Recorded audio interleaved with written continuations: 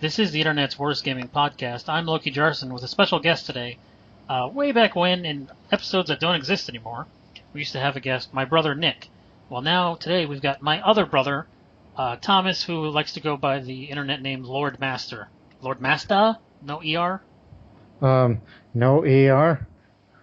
And, That's only because the name was taken. Do we want to tell how you came up with that name? Well, L0rd Masta, that's not my first gamer tag name. I had two other names in the past. Way back in 2008. The first name I went by is Watery Duck. It's one of those, default names type of thing. You know what I mean? Random generated from Xbox Live, if I recall. Yes, February 3rd, the day of the Super Bowl, the Giants and the Patriots. You remember that game? The Giants defeated the undefeated Patriots. What a time to be alive. Even though the only notable about that particular... My very first match was just a first match, just to help a brother out. Nick has his thing. Which, was he using your name, Loki Jarson, at that time? Probably. Yeah, that's before he went by other names. He had like 5 different names. I'm sure you remember some. They're all dumb, really. I've never liked any names Nick has ever had. Not even White Tiger? I've never liked any names he's ever had. He's had some real stupid ones. Anyways. Yeah, do you think Watery Duck's a stupid name? It's randomly generated from Xbox. You can only do so much. Yeah, I just went with it for most of 2008 through Halo 3. That's the first online game I played. And it wasn't until late June or early July that's when I played Call of Duty 4 and did that for the whole month. Including that one time I played the Call of Duty 4 campaign, which did a 6-hour span. That's when you could beat the campaigns in a day, and you still could today, right, on some games? Well, now Call of Duty has gotten rid of their campaign, hopefully for good, because they're bad. Only the Modern Warfare ones are good as far as I could remember. Yeah, I think 3 is the best, but that's going way, way out of the way here. Let's dial it back. So yes. You actually came to me with the idea for this show. I didn't go to you. Let's remember that. So I'm going to let you drive the car here. You tell us where you want to start or where you want to go. Got to continue with the name origin. Okay.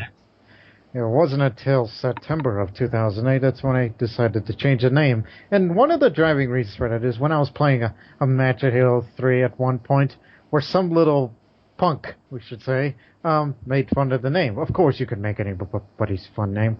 That time, that little kid called me Watery Dick, and I'm like, yep, time for a name change. Yeah, you're right. I would have changed it too. And I had 2 friends who were of a British origin. The guys, I can say their names. They don't give a fuck. They don't think I exist anymore. They think I fall into irrelevancy. Anyways. Jiggy Jaggy J and Hellhound were 2 guys that I met, and they were part of some clan called DDC, so I decided, take up that name, and I called myself DDC Confessor. Thought it sounded intimidating a little. But that name only lasted for about 2 to 3 months before I was basically, how much of an egotistical bastard that I am at times, and I admit. And then I changed the name to L0rd Masta. The name L0rd Masta was already taken. I would have had a space, but there is still a space in between. But most names I use, particularly in PC gaming, there's no space in between. Isn't there a 0 instead of an O? Yes, there is a 0, because somebody already did a 0 as well. I'm like, God dang it. So the origin of the idea of L0rd Masta was due to watching an old wrestling show from the year 2000 on an episode of WCW Monday Nitro where a wrestler by the name of Kevin Nash who won a match of stipulation to be the guy in charge, a commissioner. And one promo when he brought all these wrestling personalities to the ring, and he says that one of the ground rules that he's come up with is that you address me as L0rd Masta. And that name struck with me. Well, it's not a bad name, all things considered. I just don't want to call you that. Yeah, I know, because unless if you're a religious person, then I can understand. Or a slave. Anyways. Yeah, that's the name that remained so for almost 10 years now. So like me and Nick, to a lesser degree, played a lot of video games over the last decade plus. Mm-hmm.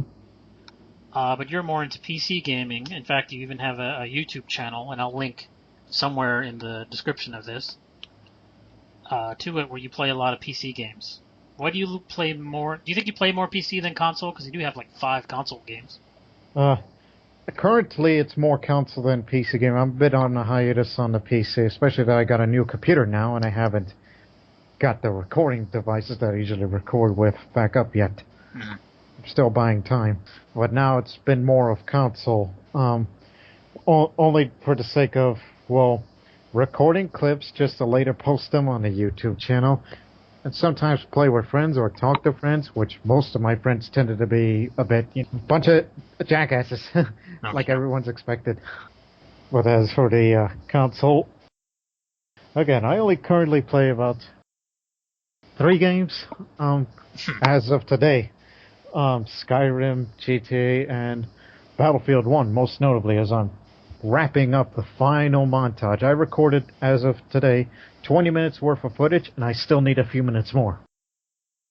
Do you usually edit by time length instead of content? There are some clips where I just leave it out there. It's like, okay, that's good enough of how everything went, as far as I view it, because I'm more aesthetically pleasing type of guy.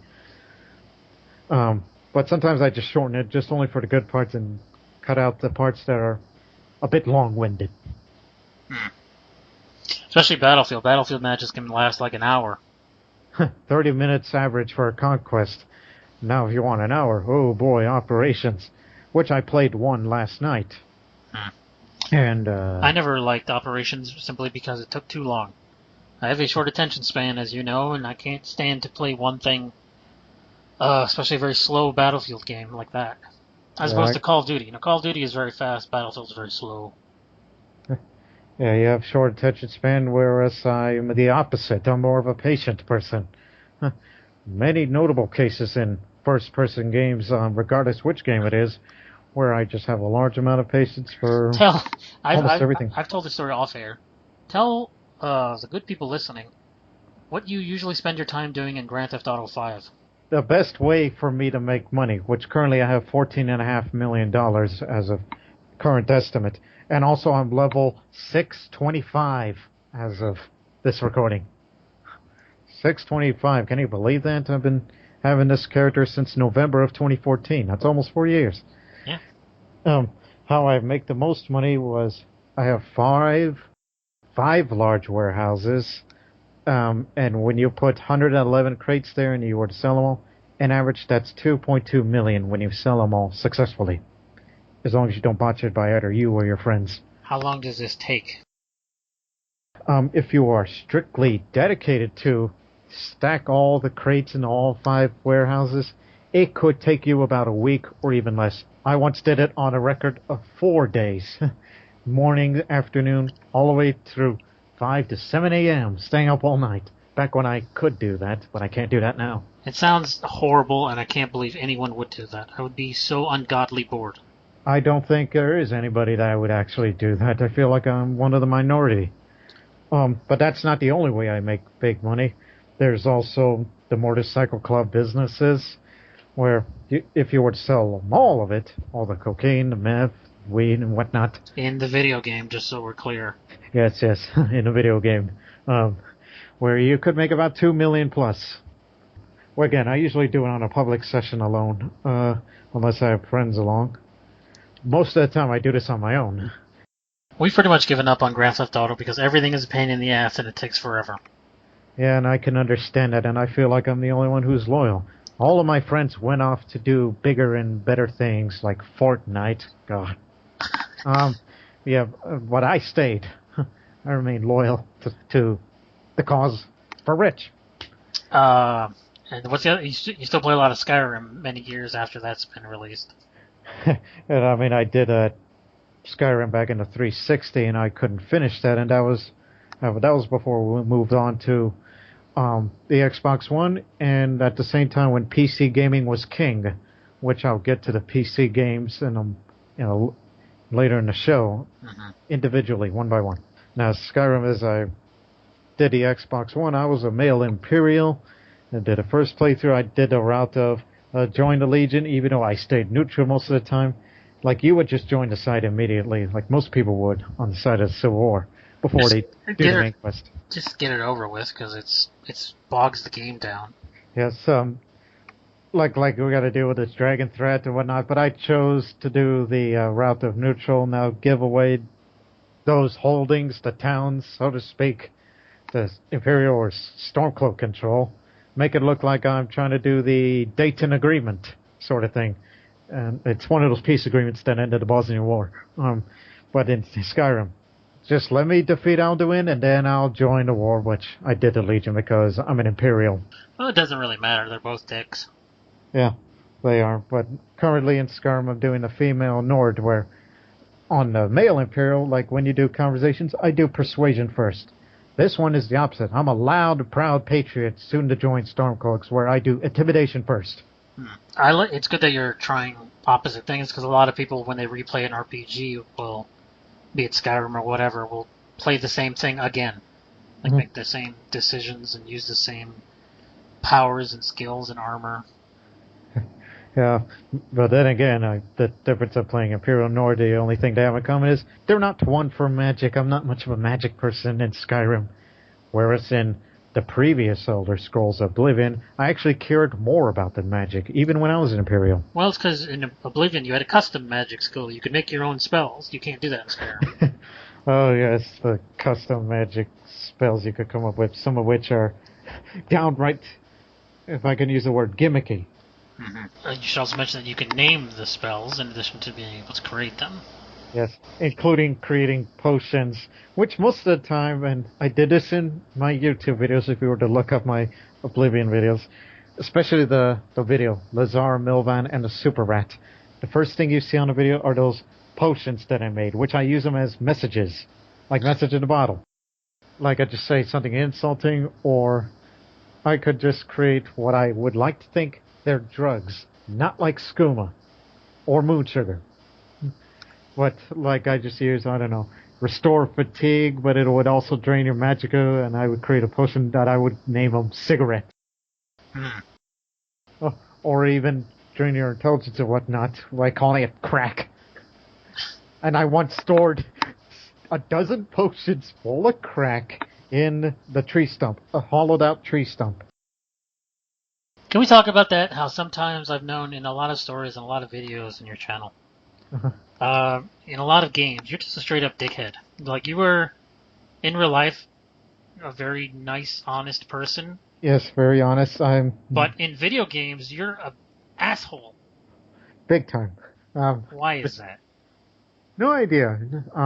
Maybe it's because whenever I'm bored, like if I do not feel like going out to do a quest, like I'd look up, okay, what's the to-do list of the quest? I don't feel like doing it. Just trying to come up with something creative. Well, I'm trying real hard not to laugh, but I have this urge, okay, if I were to come up with a silly story. But most of it is well documented in the videos. It's better to watch a video of mine like L0rd Milvan and the Super Rat, which the Super Rat I'm referring to, there's this basement rat that lives in a house belonging to a Breton by the name of L0rd Milvan. What city is it in? Skingrad. Okay. Yeah, L0rd Milvan is the guy who, brags about, he's upper class and you are of a low birth. And he would threaten you to a duel, even though this would never occur. You just given a choice conversation, you could say, excuse me, or say things like, I'm not a low birth. And he's like, you contradict me. Leave or draw your sword. And this would never happen. And I used this frenzy spell, which I created, which is called Bar Fight, which was originally intended to frenzy up to people up to level 17, which of course that's high and costs a lot of magic. But it's also within 15 feet of this room. It was originally used for inns, like when people are in an inn for the night, like Merchants Inn in Imperial City, I throw that spell and everybody starts fighting each other. They sometimes take it out to the streets, where the Imperial Guards intervene and create more of a mess. But as I did it to L0rd here, he fights me, I run to the basement, and then there's this basement rat, which he moves so fast than a normal rat, and just attacks the heck out of L0rd here, then it ends. And then I decide to do the Paralyze spell, which I created. I don't remember what I named. I think it may have been normal Paralyze.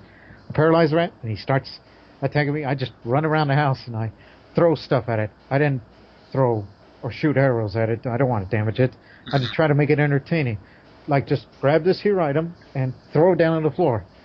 And a rat can attack me. Oh, and the rat can open doors. That's the scary part. Like, imagine the door opens slowly and there's the rat standing right there before it just lunges at you. So I just ran around the house and just throw stuff, and I even jumped on the table, and the rat is just bouncing like nuts. Therefore, I just ran out of the streets and yelled, "Help! The rat's on the loose!" And then the Imperial Guards start to fight this rat. And the rat even killed the guard. It's not in. I remember this super rat. It's not invincible, right? It just has incredibly high health or something weird. It only happens when you're of a higher level, and that means some creatures of the world can be higher leveled health. That includes that frickin' rat there, which normally you could kill it with a single punch.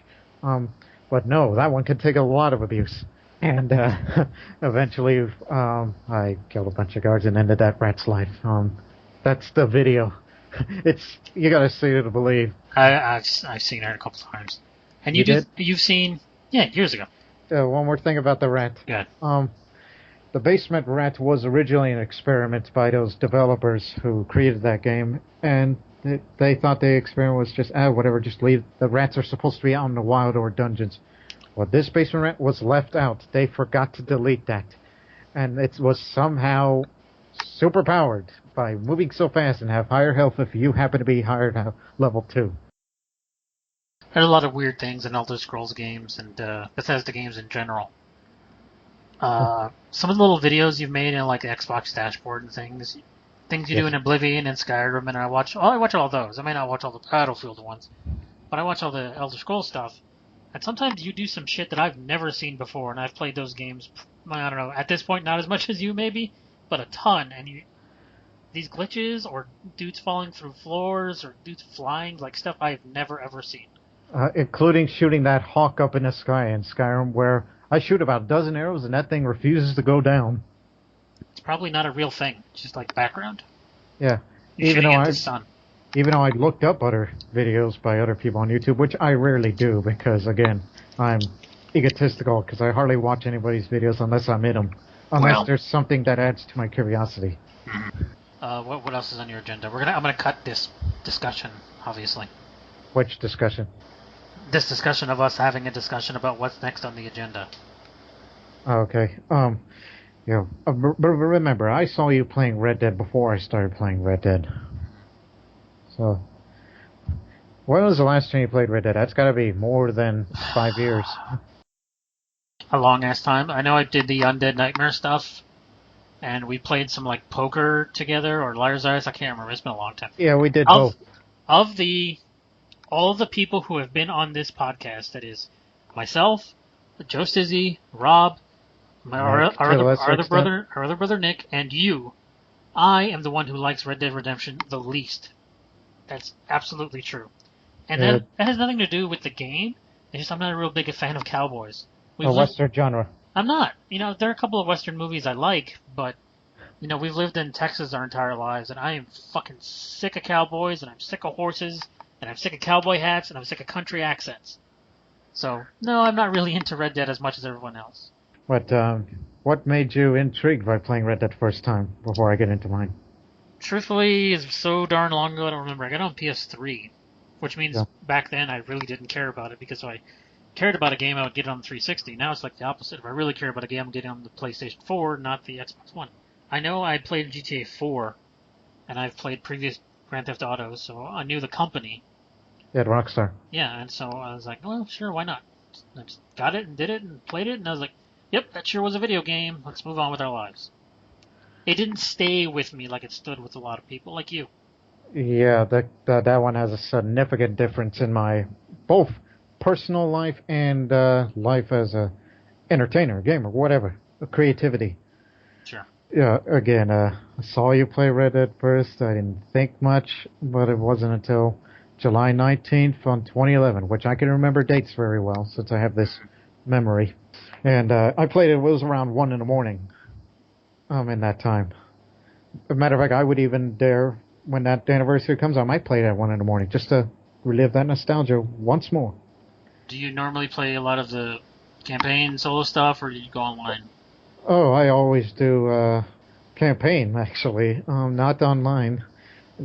Because, Which the is, things you could which do on is, online are pretty limited compared to GTA I was 5. gonna say, which is the opposite in GTA, because I don't think you've touched the campaign in GTA 5 in all the years you've played it online. No, not saying that I'm not interested. It's just was never even thought about. That means you're not interested. Even to this day, I guess you can say that. Hmm. Again, it's just one of the first impressions you get will consume you. And you've got a couple of Red Dead videos too of you doing nonsense. Yeah, mostly nonsense. Especially this video that somehow got 3,000 views, which I thought that would just stay in obscurity. No, it's pretty popular in some circles, depending on who you ask. Which is called Blackjack Rampage.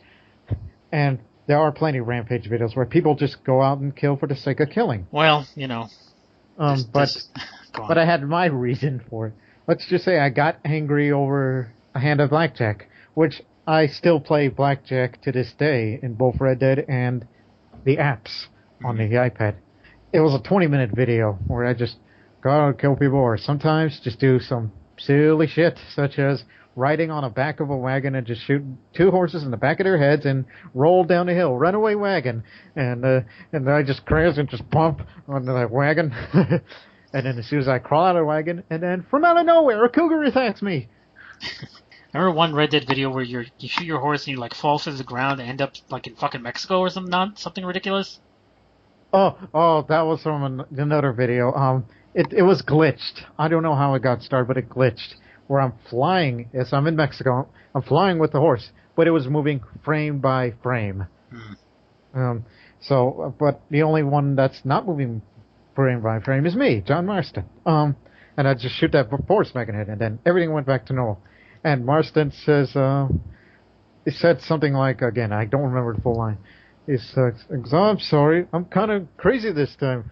That's what he says as he's falling down, and then you go into hallucination mode, what it looked like in the background before you warped back into Chuparosa. Shenanigans and nonsense, yes. Yeah, but besides the shenanigans and the nonsense, it's just the story. The whole campaign itself in Red Dead is what really intrigued me. The life of Marston, former outlaw, family man. So would you say you're interested in the sequel, or which is really a prequel? Yeah, it's kind of odd to call it Red Dead 2. Even though there was a older Red Dead game, Red Dead Revolver, which had nothing to do with any of these people. No, not at all. But then again, movies and TV did more of an impact on my life than video game.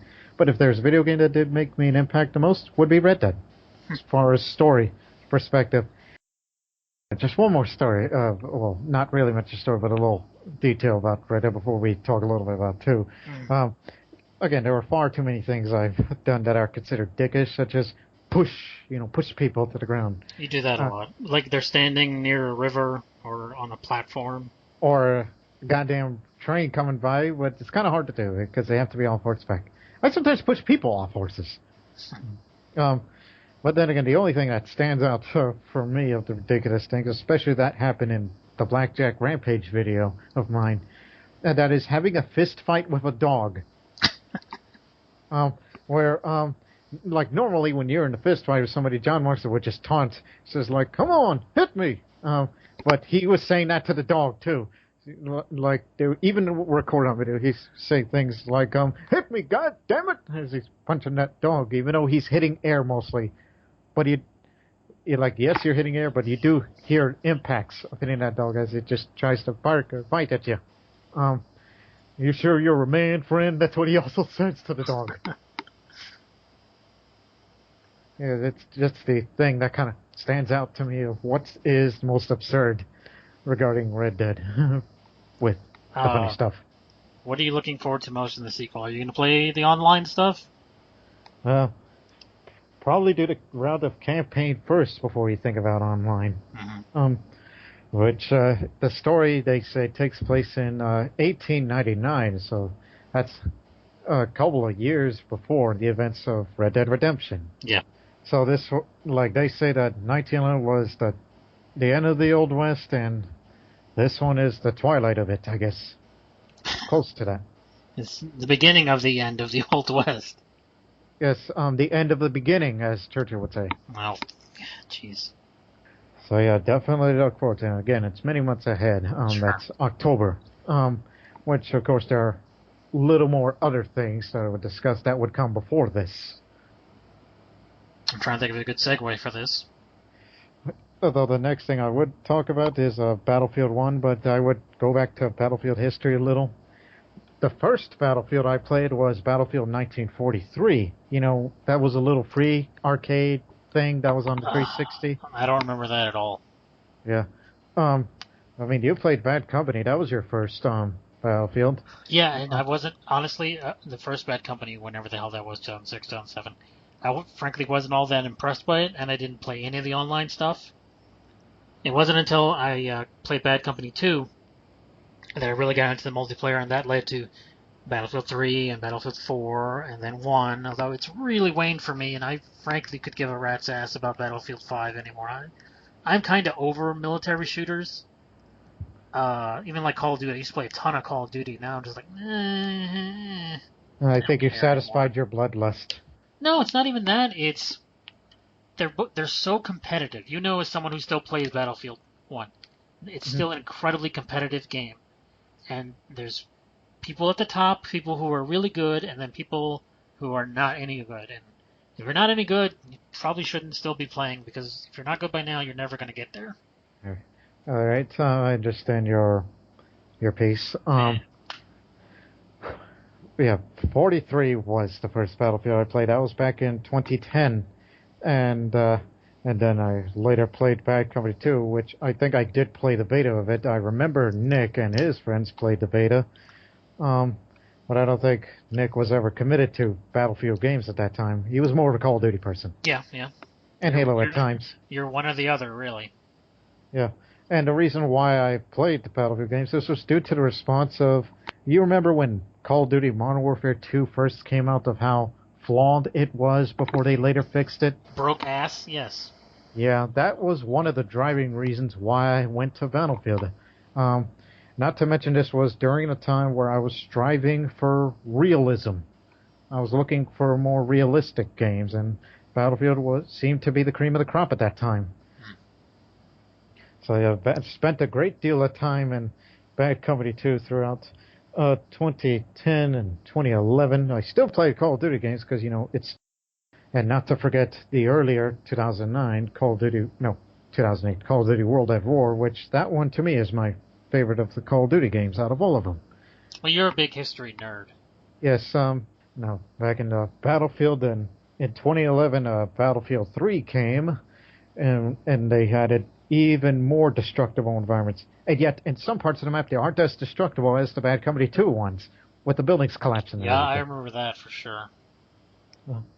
Yeah, but when you talk about, did you play online first or campaign first? Bad Company 2, I played campaign first. And I believe it was from Battlefield 3 and then on. Played online first before I even think about campaign. Back when I cared, the only game I played multiplayer first, I think, was Call of Duty 3. What do you mean by Call of Duty 3? Do you mean like the old one, or Modern Warfare 3? Yeah, want to correct you there.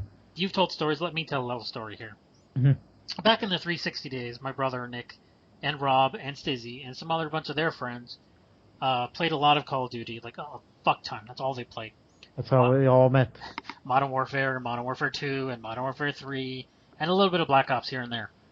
And this was in the early days of like MLG, before it got super popular and esports is where it is now. Uh-huh. And they had their own little clans of various names, and they were registered on websites, and they had little game battles and stuff, and I wanted to be a part of that, of course. Why not? Who wouldn't want to play video games for potential prizes? But I'm not very good at them, especially compared to you and Nick. So every time I'd be like, hey, Nick, let me play on your team, and he'd be like, no, you kind of suck. I said, well, screw you guys. I'm going to go play Halo instead. And they're like, so what? No one cares. So when I first played Modern Warfare 3, I got it on PlayStation 3. Because I was like, oh yeah, I'm playing it, but I'm not playing with you losers. I'm playing it over here to be all high and mighty about it. And I think that was my favorite Call of Duty as far as terms of the story goes. And then after that, it really started to wane. Black Ops 2, I commend them for trying something different with their branching paths in the campaign. Yeah. But, God, and then fucking Ghost was garbage, and Black Ops 3 was one of the worst pieces of shit I ever played, and then the franchise was dead.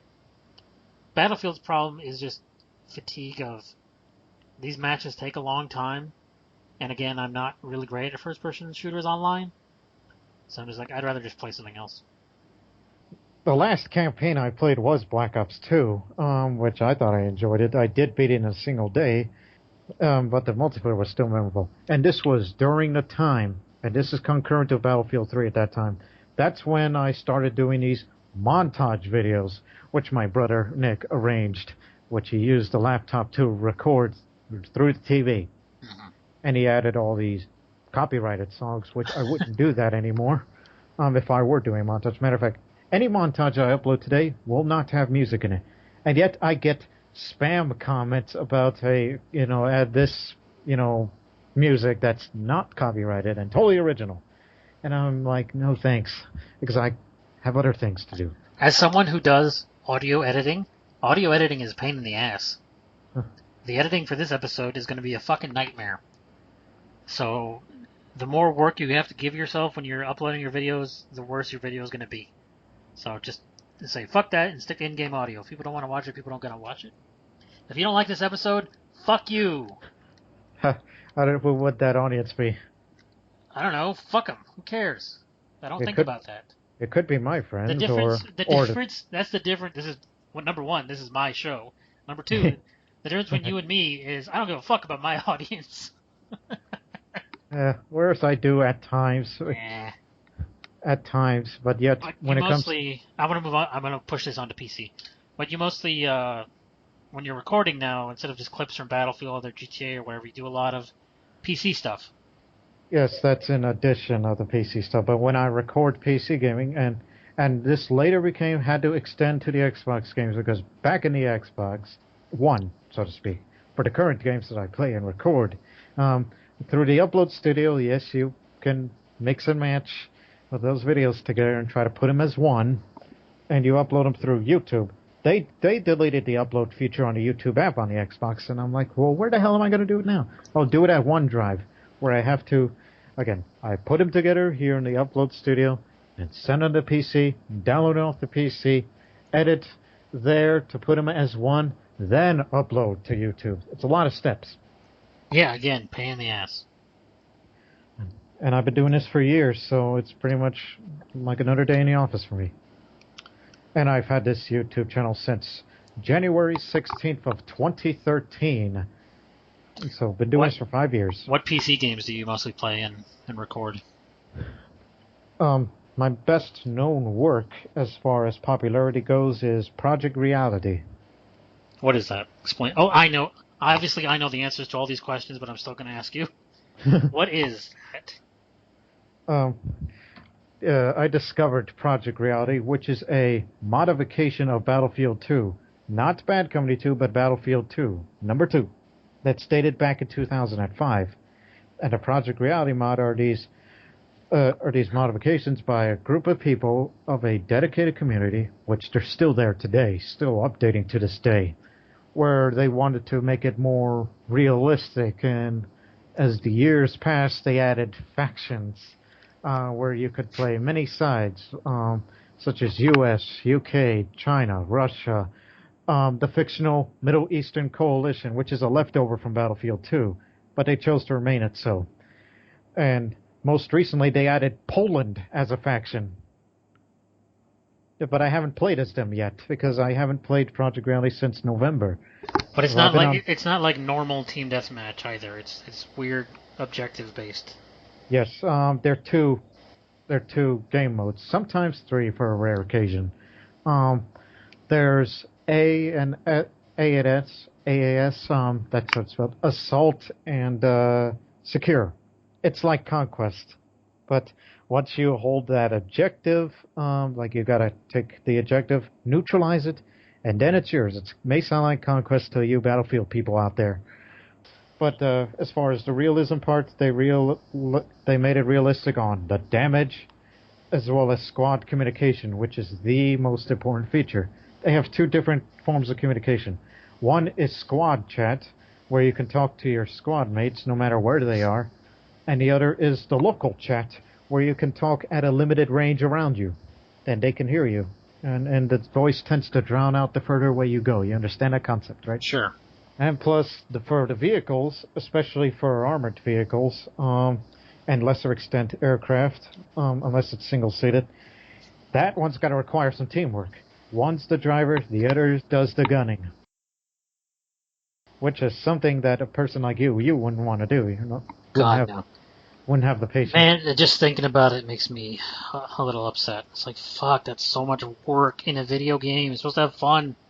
It's not a real job. I mean, yeah, there is fun in the video game. That's if you want to be a goof. You like have some personality. Everyone's different. People from around the world play this. I've met people who, again, the majority of the players are Americans. There are some British, some French. There's even one match where I played as Israel, where there's a squad of Americans and a squad leader's from Finland who understands us perfectly. Mm-hmm. Again, people from around the world play this, and there are some dedicated servers who are exclusive to Russian players or Chinese players and whatnot. How I discovered Project Reality was on the fall of 2012. Again, this was during the time I was looking for more realistic games, and I found Project Reality, and it was through a popular YouTuber by the name of BlueDrake42, which he still sometimes plays it today. And I even sometimes played with him. The one match in Project Reality that stands out to me the most was back in May 7th of 2013.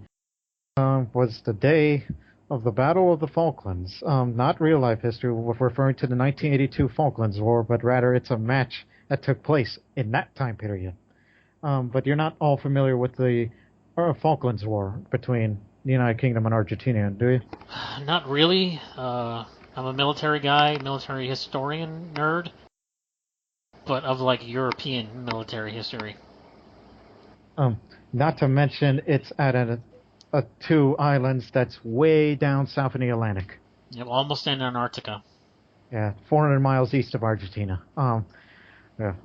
It was from 3 p.m. to 5 p.m. Nearly 2 hours long, that match was. The match was so memorable, the Falklands. I mean, I was a squad leader at that time, which is something I do not usually do, because I'd rather be a soldier, or a medic, or a machine gunner, or whatever they give you as a kit.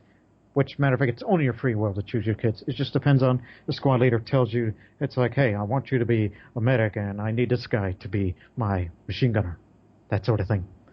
But I was a squad leader, which are, although you can name your customized squads, which most people tend to name CAS, as in Close Air Support, just to show that this squad's dedicated to flying aircraft. Or Tank Squad.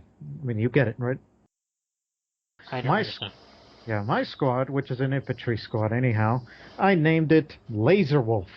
And you know where that reference came from. Jeez. That, believe it or not, is a reference to Fiddler on the Roof. Yes. The musical, the Broadway musical made into a movie that we saw like a half an hour of one time.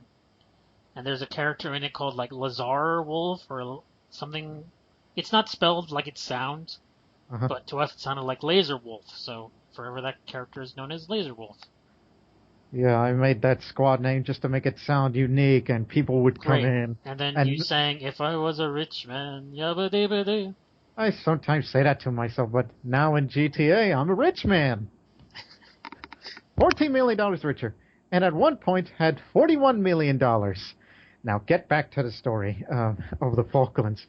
The unique thing about it is it's my first time in that map. It was nearly a 2-hour-long match. I think it was an hour and 50 minutes long, and I later produced a 2.5-hour pseudo-documentary, which includes not only a perspective of mine, but also to another guy, and as well as BlueDrake42. He was there, and I used his video footage without his permission, but I don't think he would give a damn, to make it a pseudo-documentary video, where I did all the narration.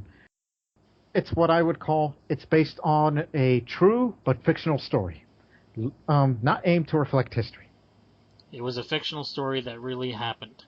Yes, in the PC game. You consider that your finest work in that? From video making or being part of the battle? Either or. It was the greatest as being the role of a squad leader, even though I was a bit timid at first. Plus, it took place at night. It was a night battle.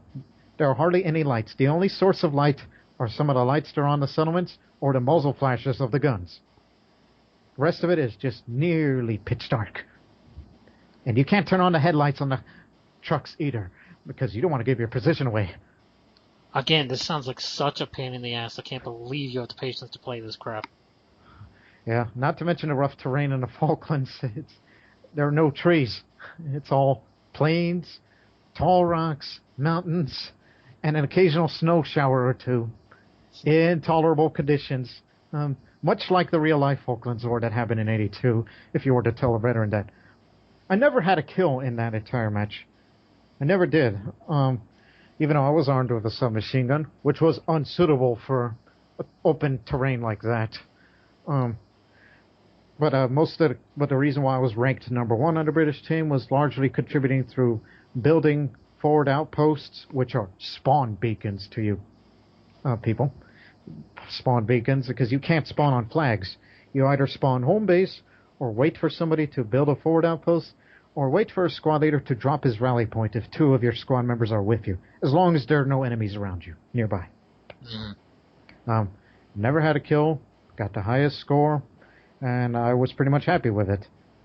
The deaths that I had, I'm not saying I'm not going to mention them, but they're more of, it's whatever. I'm really doing a big part for this team. Let my squad mates do the killing. But again, what you've been playing lately over the last year is PC strategy. You've been into strategy games for a very long time.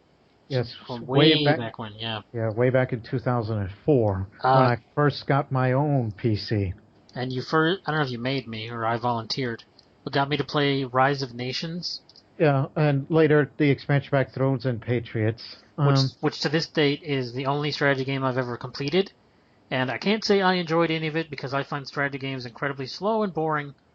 It just occurred to me. I actually did play a much earlier strategy game long before Rise of Nations. There was the old Command and Conquer series. Oh, yeah, sure. Everything from Red Alert to the Tiberium series and Generals. Did I already say Generals? No. Okay. Because I may have heard Red Alert in my head. Didn't play any of the more recent ones because I'm pretty much out of it. Because I'm into newer stuff as we go along with Rise of Nations for 2004-05. Good. But the strategy game that I played the longest, more than any other, was Civilization 4 from 2005 to 2016. Didn't play any of the newer Civilization ones. Only 4 stuck out to me. What? And later played its mods. What is the appeal of these strategy games to you? What do you like about them more than any other genre, let's say? I like running things, especially playing, I guess you could consider simulator games like the older sim games. Yeah. Not talking about The Sims. No, not that stuff. No, like Sim Car, Sim Town, Sim Ant, those things, yeah. Yeah, Park, Safari, Tower. Hell, Simcopter. You fly a damn helicopter, and there's no strategy now. You're doing deeds, where if it's saving people from a fire or hey, pick up this person and transport it to a point A to point B. But again, Civilization 4 that I played the longest, more than any other, is a turn-based strategy. The majority of the strategy games I played are real-time. Civilization remains to be, I guess, as far as memory is concerned, the only turn-based strategy game I played. And what kept me in that longevity is because of unlimited gameplay, I guess. Replayability, there's a word for that. You play as whatever civilization and you do this X amount of goals, either reach to the end of time or conquer everybody or dominate 80% of the world under your cultural borders or win the space race.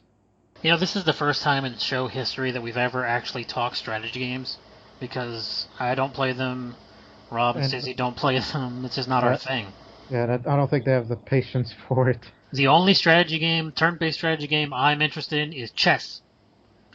And I guess Risk. I played Risk. Risk is like the same thing. It's an actual board game as opposed to a video game. But this other game that I've been trying to get to for the last 10 minutes, now that I want to talk about it, I can't think of it. It's Crusader Kings 2 or Crusader Kings... Yes, Crusader Kings 2. I never played the first one because I was way out of the loop.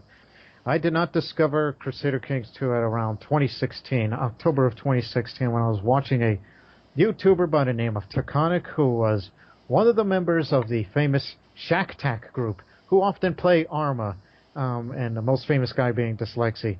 And many people thought a guy like me, with the amount of entertainment that I provide on the channel when it comes to playing games like Project Reality or Forgotten Hope 2, which is, by the way, pretty much a World War II version of Project Reality, and they think I get most of that humor from those guys, whereas in actuality, I tell them I don't. But I'm kind of closeted fan of some of the Shack Tack guys. I find them entertaining. They're one of the few YouTubers I actually watch for entertainment's sake. While Taconic did a pretty cool, amazing video of Crusader Kings 2, which he calls it Band of Bulgars, like Band of Brothers. Where he was playing as Finland, and he made alliances somehow with, again, these are fictional states that these guys come up with the Greater Bulgarian Union and the Abbasid Caliphate, and they decide to form an alliance despite the religious differences, because they had a setting in the game where religious marriages, I mean, you can't have a Christian marry a Muslim, whereas they changed that in their multiplayer settings, where anybody can marry anybody regardless of faith. So they decided to make a coalition against the Norse Empire, which is in Norway and Sweden. And they even ran the United Kingdom, the British Isles, so to speak. And they came up with a fictional Norse empire. They called it Valhalla. It was a hell of a story. So you saw that video and got interested in the game that way? What got me interested, yeah, it was an epic war video, I guess we could say. What got me into that was a little series that they call The Chronicles of Bullshit. Taconic and his friends were doing a multiplayer. He was Lithuania. One of his friends was playing as the Kingdom of Sultanate. The Sultanate of Syria. Not Kingdom, because we're using different cultural names here. And another guy is playing as the Umayyad Caliphate, that's Muslim Spain. And another France, and the last one way over there in Mongolia. Yeah. So they just, Taconic, the way he was recording, he just cut out parts, like he just skips time to more notable moments. So they just made all kinds of stupid jokes, and they showed significant moments that intrigued me. And you know, me being long-time strategy, and back then I was into classical antiquity, such as ancient Egypt, ancient Greece, and whatnot. What do you mean back then? You still are. You told me the other day about some nonsense and they found it in an Egyptian tomb. Yeah. Again, I was stuck into that, and I didn't know shit about medieval history up until that point. Where... Okay. Yeah. And so it wasn't until January of last year that's when I decided I had a deal off to buy Crusader Kings from Steam, along with some of its DLCs. I bought all the DLCs at later times whenever I could afford it. There've been a ton of what we used to call expansion packs, a ton of DLC for that game since the years it's been out. Yeah, the game first came out in 2012.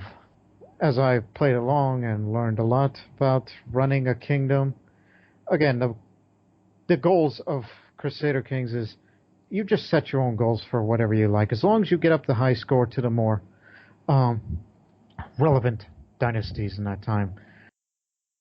Again, the game is a dynasty simulator. It's a grand strategy game set in the Middle Ages. Mm-hmm. You can start from 1066 AD. That's the earliest you could start with. But if you have the Old Gods DLC, you can do an earlier start date at 867. And if you have Charlemagne, 769 is the earliest start you can have.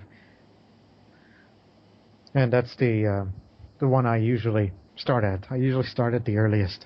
And Not much of a later person. Your standard strategy game of gathering resources, acquiring allies, conquering enemies.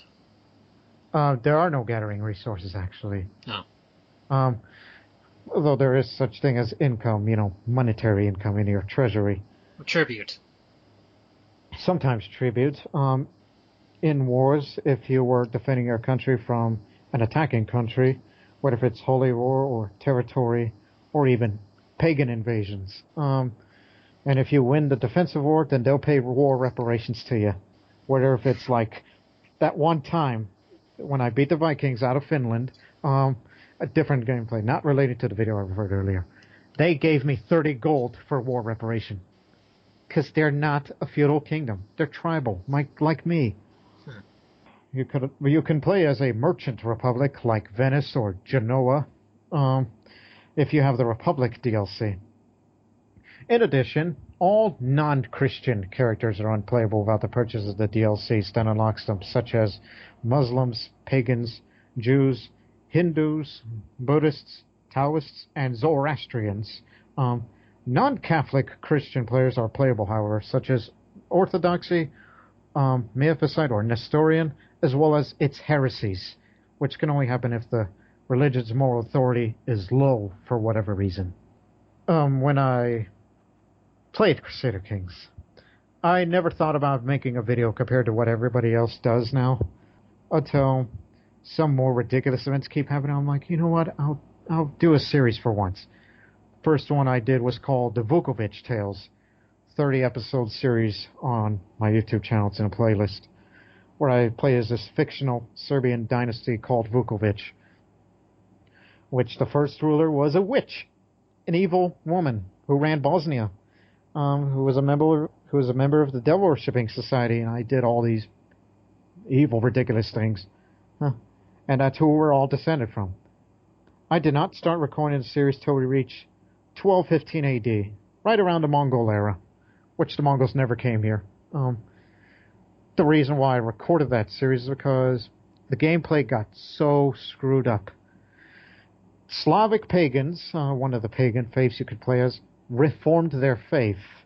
They function like the Christian churches. And inside of our Byzantine Empire, I was a vassal of the Byzantine Empire, who was ran by Greeks. They were supposed to be Orthodox Christians, and I didn't become Orthodox until 1100s AD. I was originally a Slavic pagan. They all became Slavic pagans, just at a snap of the finger. This may remind you of what happened in Episode 3 of Star Wars, of how Palpatine became the Emperor. Well, quite like that. Everybody was just kind of cool with it. Yes. Plus, it was an elective monarchy, and I looked at the traits of who's the guy getting the votes the most to be the next Byzantine Emperor.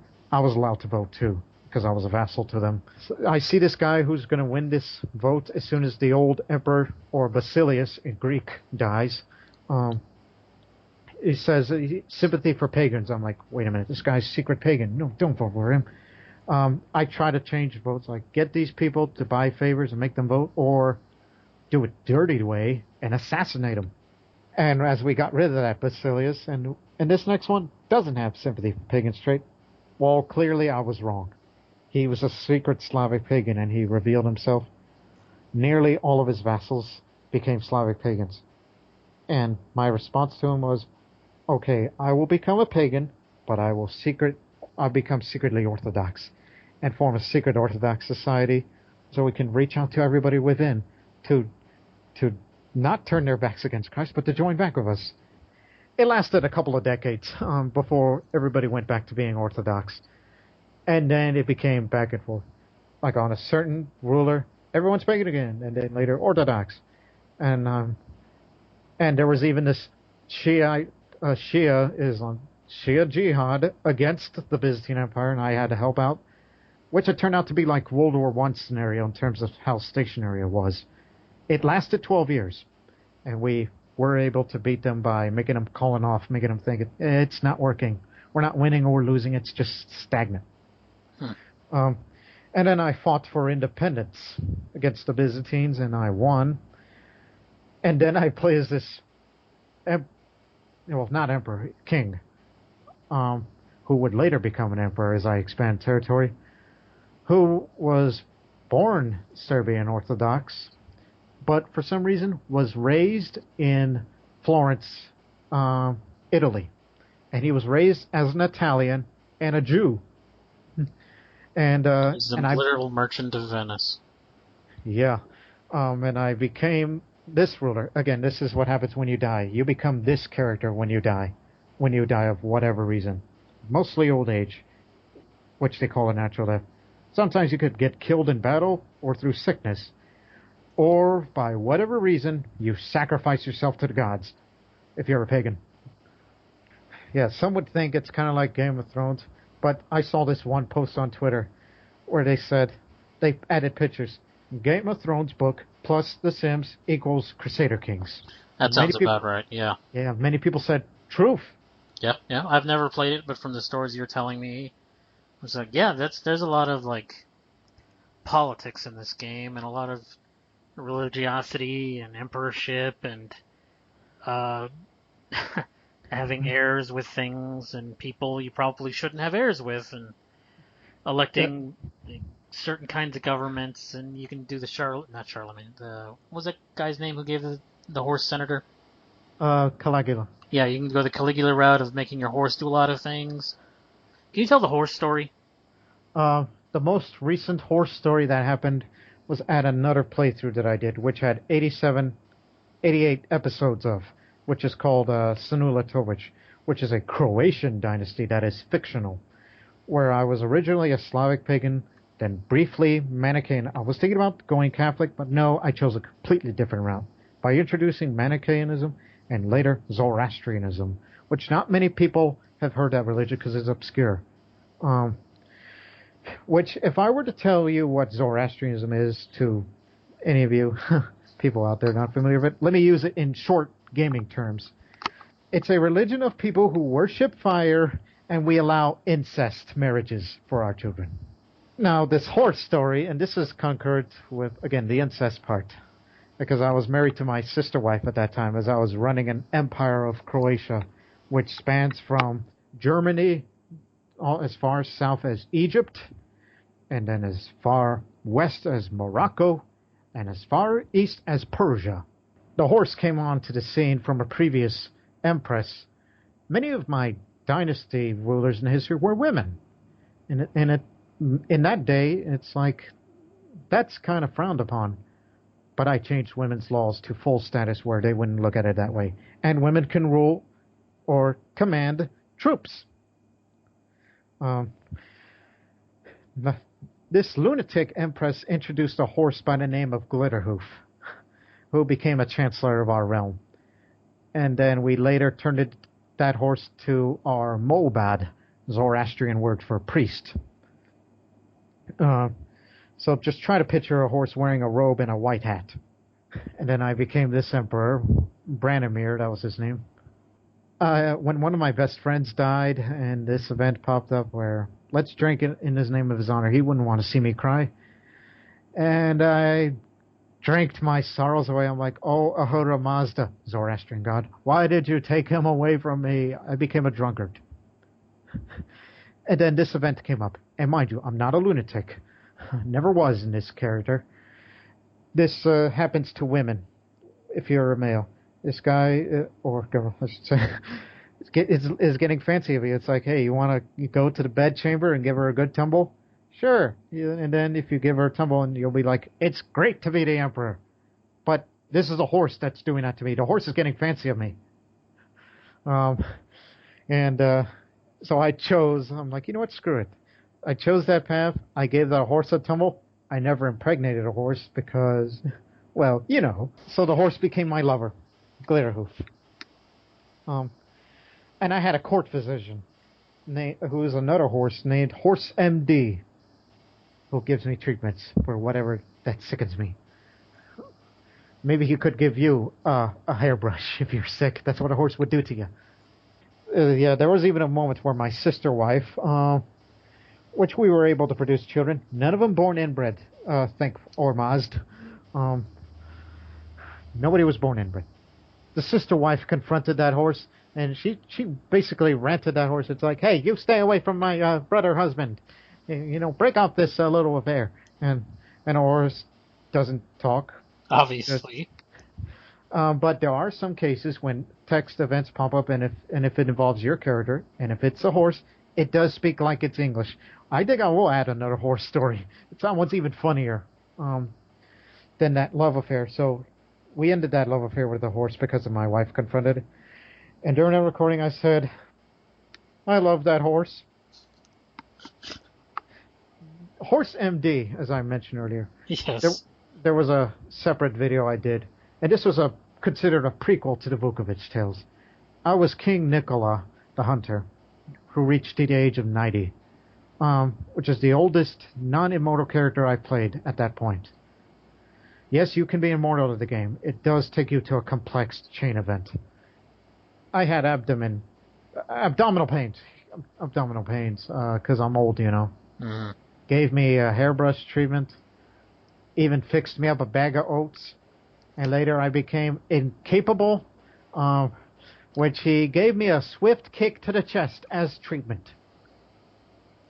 Yes, this is a horse doing that to me. Yeah, because it's a horse.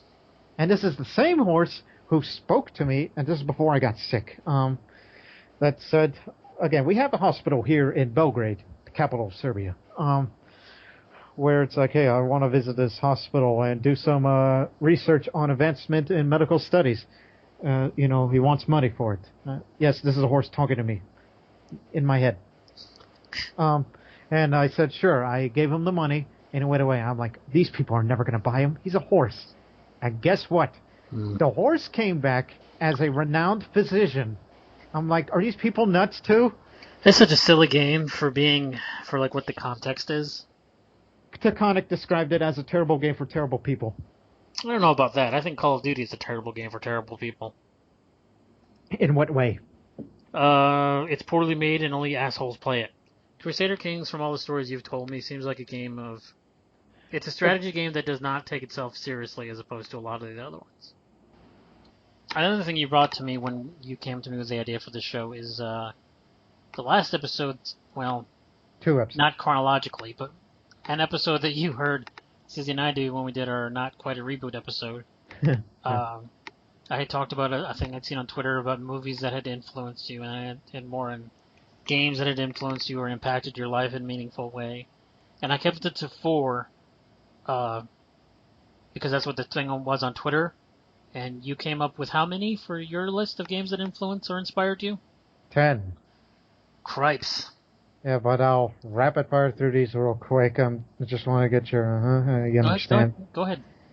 All right, 10 games that shaped or influenced my life, not in particular order. Red Dead Redemption. Obviously, we've covered it. Crusader Kings. Very covered. Battlefield series. Okay, that's cheating. Halo 3, because 10 years ago, it's what got me started and still here. I suppose. The Call of Duty Modern Warfare series, because, first got into Call of Duty, along with other branching influences that you've heard earlier. Mm-hmm. Like how I got into Battlefield and strive for realism. Obviously, you wouldn't have played Battlefield had you not played Call of Duty first, sure. Yeah. Big difference. Civilization 4 on the strategy part, because longevity. Mm-hmm. This one may surprise you. Splinter Cell. Did you ever even play that? The first one, and only the first. That's what got me into, the concept of stealth in all games. Not just that. Not that you ever utilize it. Even in real life, I could be a sneaky person. No, you can't. I can hear you laughing every time you sneak up on me because you think it's funny. I learned how not to breathe when sneaking. That's fine. I'm still better at it than you are. Well, you have sensitive hearing. You've grown more sensitive over the years ever since I started sneaking around. The Elder Scrolls series is another. Sure. Grand Theft Auto 5. No, I was nodding, so yeah, sure. All right, the last but not least, the Oregon Trail. You have more silly videos of that nonsense on your channel. Yeah, in the near future, I plan on recording another one with a lot of imitations of many people. Did you ever do the Yukon Trail? Yes, I did that back in early 2015. That was when I had a toothache, and I quietly acknowledged it as I did my business, and it was quite a time. I even did the older Oregon Trail versions. I never really got into Oregon Trail. I was profusely bored by those things. I mean, yeah, it's very repetitive. No, but... it's a secret educational game. They try to trick you, making you think it's adventure. Really, you're supposed to be learning shit. Fuck that. And yet, the only thing I'm educating is, well, how much of a scumbag that I can be. I mean, I think of all of the stories you've told me about your years and years in Oregon Trail, my favorite thing you ever did was Wagons East. Oh yeah, I went from west into east. There was even a time that I went from east to west. Went from Missouri, and then we stopped at Fort Laramie, turn around, go to Iowa, and then turn back around and on a destination. We're taking the world's longest route there. We're going to go on the other side of the earth around to Oregon. Yes, I pretended that Iowa is Oregon until somebody smartened me up. When I say somebody, I mean like a paper. Like I saw a sign that says Gainesville. I looked up a map, and I just went, ah! Like you went the wrong way. Yeah, that'll happen. Yeah, I don't want to raise my voice anymore. That's fine. I can change the levels. I was a dick with the audio anyways. So I think I pretty much got all that covered. All right. Well, thanks for being here. Yes, thank goodness I did not pass out, because I've spoken more than any other singular event. Oh, when I cut this down, it'll be like an hour or 10 minutes. Don't worry about it. Yeah.